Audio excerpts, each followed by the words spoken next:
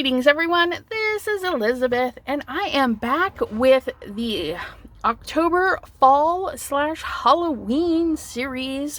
It is October 7th once again, but you'll probably see this more on the 8th. No big deal, right? Lots of videos this month. I just finished the Halloween version where we used some pattern paper and some really cute pumpkins. And I was putting the paper away and my orange drawer was open and I saw this lovely paper in there. So I did some paper searching and found a very odd but very cool mix of papers for this stamp. And this says, "I could fall for you." So to change it up quickly and easily, you just grab more Halloween colors and then you grab a big old Halloween sentiment. I don't have any, but Tim Holtz has a fabulous release with the big scary boo and all that fun font. So there's lots of options out there. You can go check it out. Check out what you have. Or even if you print a saying, you can print and put it right on the top. So let's get started. I think this is just going to be extra easy. We're going to grab our A2 size card base. This lovely is going to be huge on there.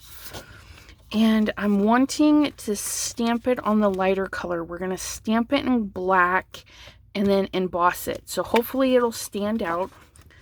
So we're going to fussy cut that gorgeous little thing, but let us chop it down to size for now. And to do that, we're just going to slide it into our paper trimmer. Make sure we get enough room to stamp on. And this stamp is by Spellbinders. And I think I got it on clearance last year after fall. So this lovely page is going to be taking up a whole lot of the center. So we're just going to need a little bit, literally just a little bit on the bottom and a little bit on the top. So I'm thinking if I just cut 2 inches, a 2-inch strip, maybe 3. We'll do 3 to be on the safe side. I'd rather have a little too much than not enough. Cut ourselves a little 3-inch. That way there we just have little pieces to work with. Okay, and then we're gonna do, I'm not sure if I want to do a border or not. And me and measurements. I'm so funny. 3 and 3 is 6. And our card base is only 5.5. I did go to school, honest. Let me take, so we did 3. Let's take 1/4 off of each one and see how that plays out, because I'm terrible at math. It's just easier just to have a measurement and then remove a little bit, because the guide on our cutting machine or our cutting thing is just going to be fabulous. Yeah, see, there we go. And ooh, did I actually do it right? 1/4 and 1/4 makes for a perfect little base. All right. So then we just need to trim it to the width of our paper, which we know is, do we know? 4 1/4. 4 1/4. Right across the top. 4 1/4. Right across the bottom. Let's get those stuck down. And these lovelies will be just like our little Halloween card. We just store these and then we can make a fun mix match card with those. think this is going to be just a little too easy on this card. Make a bunch. And if you are wanting to make a lot of cards all the same, all you're going to do is you're going to do your prototype. Don't glue anything down though. You make your prototype and you tell yourself what the measurements are. So this piece is 2 3/4. Okay, 2 3/4 times 2. So you'll get your pattern papers and cut those out, as many as you need. Okay, always do your cutting first and whatnot, and then do your assembly. So you would have all of these cut and in their little piles. Then you would do a measurement for this guy. You know, make sure you get it on there as tight as possible. And I probably should put it on this way so then I could get 2 on. So a little bit longer. You would do your measurement cutting. You'd have all your squares for this. And then you stamp them all and emboss them or whatever you're going to do. So these are really easy to mass produce. But we are just going to do that. And you know, we might ink up the little bit of edges, especially on this piece. Okay. So now I'm just going to trim this a little bit more, which I should have done in the first place. But hey, I'm not perfect. And look, it's a lovely little... Look, that's going to look so nice on there. Ooh. And you could do something like that, you know, just cut another square in there. They don't have to match. They don't have to have any rhyme or reason.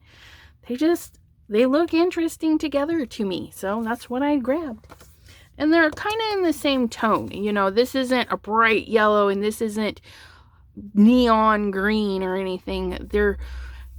They look like they could be in the same tree. You know how that is. All from the same family. Now this is a cling. So I'm going to grab Mr. Tim Holt's platform down here. Because this one, oh, there's all my little mega knits. I've been missing one of those for a while. So we're just going to set this right there. We're going to set that right there. We're going to get all these little guys happily. And it doesn't have to be perfect because I'm going to fussy cut around this. Okay, just like so. Make sure that's not on anything. And then I'm going to flip this around. Oh, actually, no, I'm not. It already says it. As long as you can read what you want it to do. So this says rubber, and I can read it. That's what it's going to do. It's going to stamp the rubber side. I have a cord hanging down because my phone's about ready to die and it keeps getting in my way. Before I do this, I need to go grab my embossing stuff. Hold on 1 second, please. Ta-da! I'm back. So it's a good thing I went and got it because then I see my powder in there. And we want to just dust it because embossing powder likes to stick to everything. And I am going to ink this in black. But I'm going to put a copper embossing on top of it. Now this one is really old. A la mode. I mean, I don't know. We're going to emboss it with a copper. But I want to make sure it's nice and dark. That it's going to really show up on my page. So I'm going to hopefully stamp and powder rather quickly. I don't want to wait too long because that ink does dry pretty quick. Just make sure I get good contact. Open it back up, and no, it did not, and that was in the way. So let's try that again. It's kind of faint there in the middle. I don't want it faint looking, but that's why we get it in our positioner so we can stamp it as many times as we need to. And that one there didn't get the love the last time. There we go. Okay. I'm gonna wait to clean that off. Can I get this right over that? And we're just gonna drizzle this on down.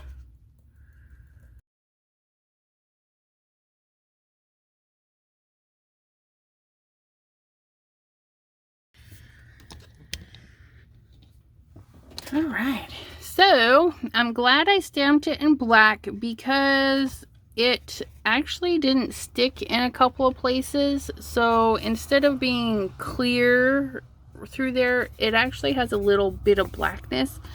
So it makes it a little bit harder to notice that there's a spot there and there that didn't get embossed. But other than that, it looks fabulous. I'm going to do some cleanup and grab out some colors. I think we're going to color inside these double lines. I'll be right back. I am back and I picked out 4 colors. I've got an orange, a red, and 2 shades of brown. And since I'm going to fussy cut this out, I'm going to just scribble on there a little bit to make sure they show up, that they're going to cover enough of what paper I'm using, and that they're going to look good with everything else. Okay. So I'm going to use my browns for our lovely acorns. And I think this was the darker one. That one's that one. I don't know which one's which. Okay. So let's do the reddish one as our highlight, and we'll use this one all over.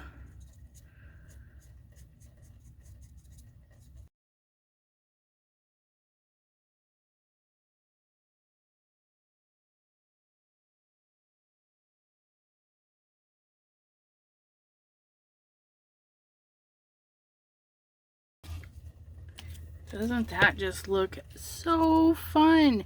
Now it is a little bit big, so we could turn it to fit, but that's not exciting. I'm gonna keep it like this.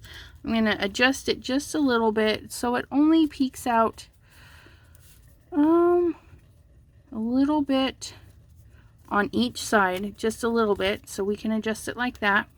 I like that. We're gonna foam tape this beauty down to give it some dimension, and then it'll be ready to go. How exciting! Oh, not this tape, but you know, everything else.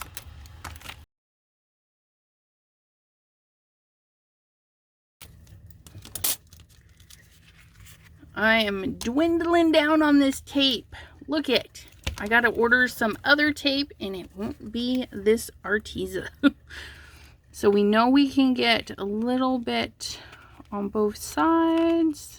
I don't remember how I had it. I think it was kind of like that.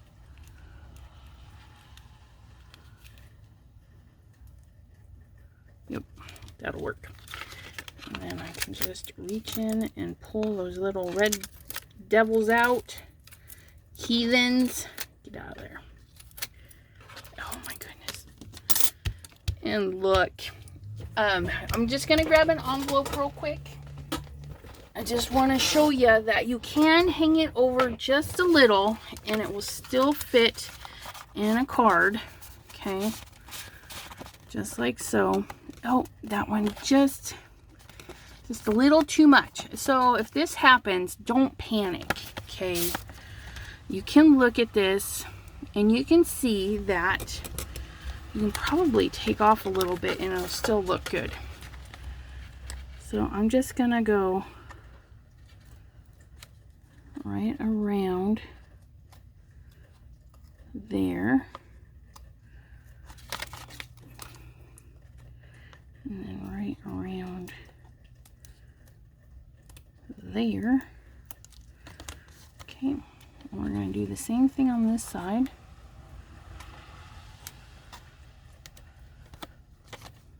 Just a little bit. So that allows it to pop in just a little bit more. There we go. and that little bit, when we go to close it, that will fold out just fine. And you have a card that is beautiful. Oh, I love that. Just different color combination, add in a little bit of alcohol markers, like I said, even bling. I think I would do this acorns lighter next time, but yeah, not too bad. Let me know what you think, and if this inspires you to make a fall card with some funky pattern papers, go ahead and share it on my in our group, Chat with Sassy's Crafty Friends, or tag hashtag Chat with Sassy on Instagram and on Facebook. I check both of those hashtags frequently. And thank you so much for joining me today. We will see you next time. Bye-bye.